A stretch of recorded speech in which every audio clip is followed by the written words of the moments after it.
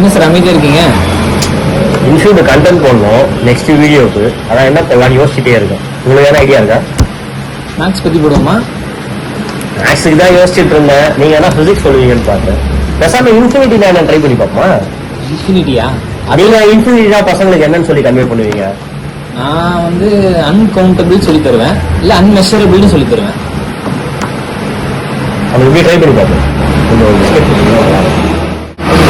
இந்த ஒரு பிஸ்கெட்டை 2 பீசஸா மாத்தணும் அப்படின்னா எப்படி மாத்தலாம்? ரெண்டா உடச்சுங்களா சார்? சிம்பிள். இதே பிஸ்கெட்டை 3 பீசஸா மாத்தணும் அப்படின்னா நம்ம வந்து 3 பீஸா கட் பண்ணிடுவோம். கரெக்டா?